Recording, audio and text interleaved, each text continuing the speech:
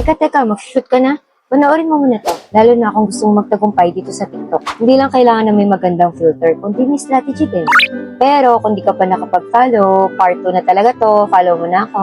Palagi pa naman ako nag-share ng experience ko at ng mga tips dito sa TikTok para updated ka na din.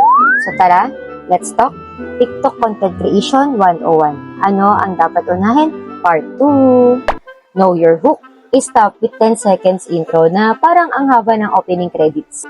Kung boring ka kaagad sa umpisa, wala nang kwenta yung buong mong video. Lalabs, first 3 seconds, wag mong sayangin. Make it snappy, exciting, yung may wow factor ka agad. Kailangan, catchy agad. Kung di mo nakuha yung interest sa umpisa, wala na, swipe na lang sila. So start with a strong hook. Pwedeng joke, crazy reaction, question, problems, o kahit shock value. Get them to stay. Be relatable, not over the top. Sana all extra, di ba? Pero real talk, hindi mo naman kailangan maging celebrity level para mag-boom ka dito kay TikTok. Ang mga tao ngayon gusto nila yung raw, hindi pa fake. Hindi mo kailangan maging perfect. Okay lang maging awkward. Yun nga yung kinagigiliwan eh. Pwera na lang kung robot ka. Kasi we are all here trying to survive adulthood, di ba? Hashtag, relatable lang. Speaking of hashtags, hashtag, wag mong gawing hashtag soup yung post mo ha. Piliin mo lang yung mga relatable na hashtags na swak sa content mo. Sometimes, isang tamang hashtag lang ang kailangan mo para mapansin ka. Editing is your friend. Kung gusto mo maging sikat, huwag mong i-upload yung video mo na parang kinuhanan lang ng friend mo habang naglalakad kayo sa mall.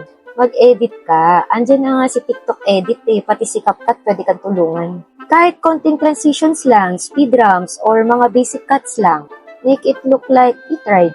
At least you tried, diba? Pero hindi obvious. Yung feel na may effort, pero natural lang. Don't be afraid to fail. Huwag matakot mag-post kahit awkward, kasi real talk, hindi laging perfect. Ang fail, minsan, yung pa nga yung nagiging meme. Malay mo, yung pa yung magpa-viral sa'yo someday. Authenticity is your best friend. Sobrang importante ng pagiging totoo dito sa TikTok lalabs. Kasi, let's face it, hindi uso ang peke-peke dito sa app na to. Hindi mo kailangan maging sikat. Basta, ma-feel mo yung content mo. May kita naman yun ang audience mo. Be real, be you. Bitin ka na naman. O syempre, may part 3 pa ako para balik-balikan mo ako. Pero like mo na yan ha. Tapos i-share mo na rin. At mag-comment ka kapag may mga questions ka pa o gusto mo pang i-content ko rito.